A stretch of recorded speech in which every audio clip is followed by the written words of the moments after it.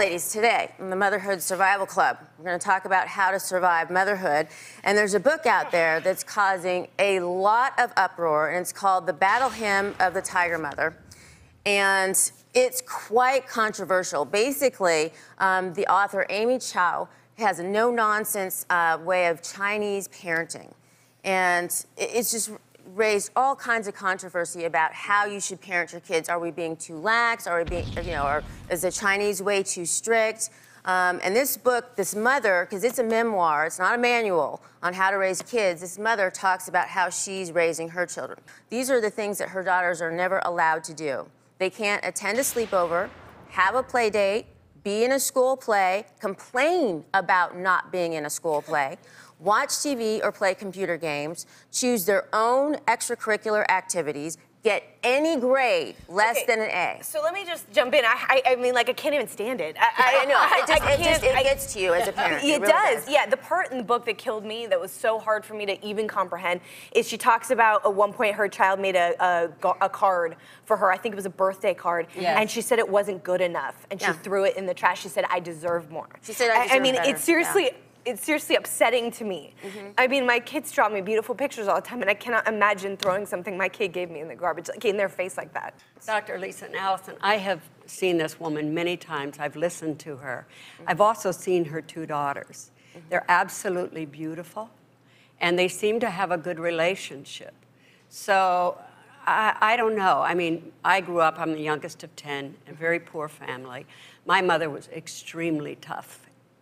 Some would say mean. You know, we would go and pick our own switch to be whipped with. Yeah. You know, that's how I grew up. A lot of people think of, spankings as abuse. Sure. And I grew up with spankings too. So and I remember once, because we were so poor, and I remember going to the dime store for Mother's Day, and I found this little dish that was shaped like a bunch of grapes, and I got it from my mother.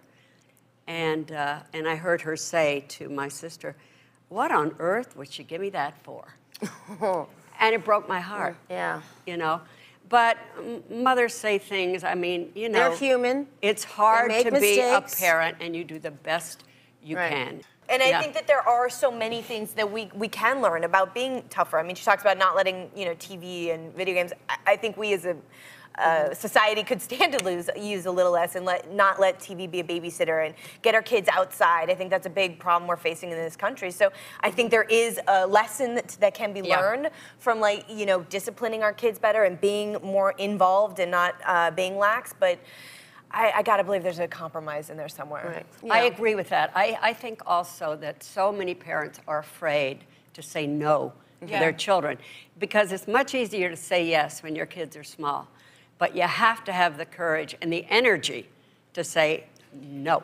Exactly. And I think that's, again, why I mentioned at the beginning that this is a memoir and not a manual, because she said she was raising her kids how she was raised by her parents. She passed on, and that's what they do with abuse. But she also said she was then humbled by her 13-year-old, and that she did make some, have some regrets and make some changes in how she went forward. So, I think each kid and each parent, they have to have their own manual. You have to figure it out for yourselves. It's not, it's nothing that's good for everybody. And every child is different. Yeah, that's the best advice I ever got, was you have to be the parent your child needs.